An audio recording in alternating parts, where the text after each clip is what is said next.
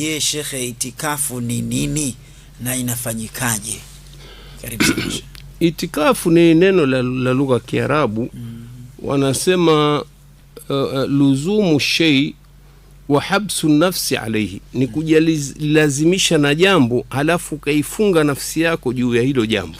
Ndio itikafu. Unaona, ndio maana ya itikafu. Lakini kwa sheria ya Kiislamu au kwa istilahi ya kisheria ni ile kujilazimisha, luzumul masjid, ni kujilazimisha au kujifunga kwa kukaa wewe msikitini taqarruban ila Allah subhanahu, kwa ajili ya kujikurubisha na Mola kwa njia ya kufanya ibada. Ndio.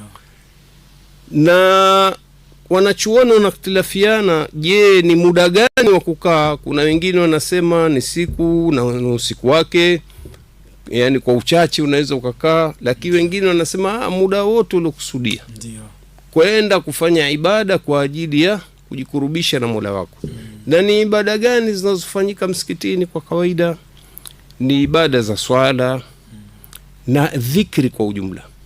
Dhikri inaingia pia kwenye kusoma Qur'ani, kufanya adhkari nyingine, kumsabih Mola wako, kufanya tahlili.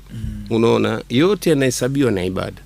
Na hii ibada ya itikafu, wanachuoni wanasema kila Muislamu ambaye balighi, wengine wanasema si lazima balighi, mutamayiz, alikuwa na miaka kama 7 hivi kupambanua, anaweza. Bali walio wengi katika Waislamu wanasema, mashekhe wasa, hata na mwanamke pia aruhusiwa, kwa sababu mwanamke kwenda msikitini nafaa. Kwa hiyo pia anaweza kaka ibada. Swala la ni wapi pa kukaa, pana ikhtilafu ya wanachuoni. Kuna baadhi ya wanachuoni wanasema kila msikiti anaweza kakaa kufanya ibada itikafu. Ndio. Na tegemeo ni aya Mwenyezi Mungu, wala tubashiruhunna wa antum aakifuna fil masajid. Msiwaingilie wakati nyinyi mmefanya itikafu misikitini. Kwa hiyo nasema hapa maksudi yake misikiti yote. Wengine wakaja wanasema lazima uwe ni masjidi jamii tuqamu aljumaa, msikiti ambao unakusanya watu wengi, unaswaliwa swala ya Ijumaa, ndio kafanya itikafu. Lakini wengine wakasema kwa mujibu wa hadith zilizokuja zimeweka misikiti maalum, au hadithi iliyokuja imeweka misikiti maalum. Na misikiti gani? Misikiti mitatu, msikiti wa Makka, wa Madina na Baitul Maqdis ambao uko Palestina.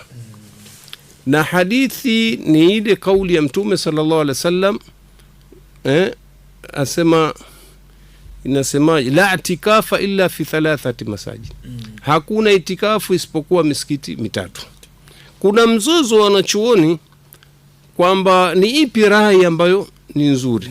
Walio wengi katika wanachuoni wamesema maksudio yake hapa, kama hadithi nini, aya imekuja msiingilie wanawake ila kwenye misikiti, neno la jumla ndio limekusanya. Lakini hao wanaosema misikiti mitatu wasema masajidi chanzo chake ni wingi wa 3. Kwa hiyo bado tuko kwenye aya, kwa sababu Makka, Madina na Baitul Maqdis misikiti mitatu. Kwa hiyo inaitwa masajidi hii kabisa. Halafu isitoshe kuna hadithi imevua misikiti mingine. Kwa hiyo hii ndio rai ambayo wanahisi kwamba ina nguvu. Kwa hiyo hii ni upande wa nani wa mahala pa kukaa. Halafu pia wanazungumzia wanachuoni kuhusu masharti ya kukaa misikitini. Na ni mambo gani ambayo mtu akiyafanya atakuwa amevunja ibada ile itikafu. Akiingia mtu haruhusi kutoka ila kwa dharura yoyote. Kwa mfano kwenda kuwatembelea watoto nyumbani, kutaka kujua hali zao, kwa sababu pengine umeondoka hakuna chakula.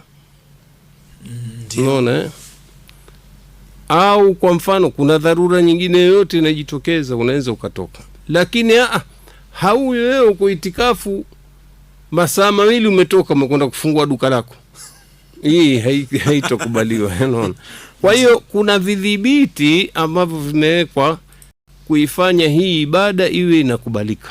Unaona Kwa ufupi ni kwamba kuna mambo mengi, lakini sasa hili swali hatuwezi kukaa tukachukua muda mwingi kuzungumzia swala la itikafu. Huyu ndugu yetu alitaka kujua tu kwamba itikafu ni nini na inafanyikaje. Tumemweleza kwamba inafanyika msikitini na ibada zile zote. Kuna mmoja aliuliza, nafikiri liko swali labda, kwamba mi mwanamke, je, nikiwa izinifikia siku zangu naweza kufanya itikafu msikitini?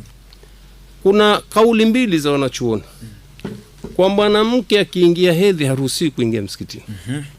Ni rai hiyo, lakini rai nyingine, kuna msikiti mkubwa kuliko wa Maka? Hakuna. Na Mtume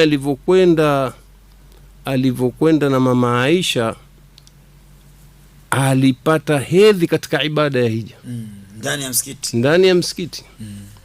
Akaambiwaje? Akaambiwa kwamba ifali kulla shay, fanya kila kitu, illa sala wa tawaf, isipokuwa swala na tawafu.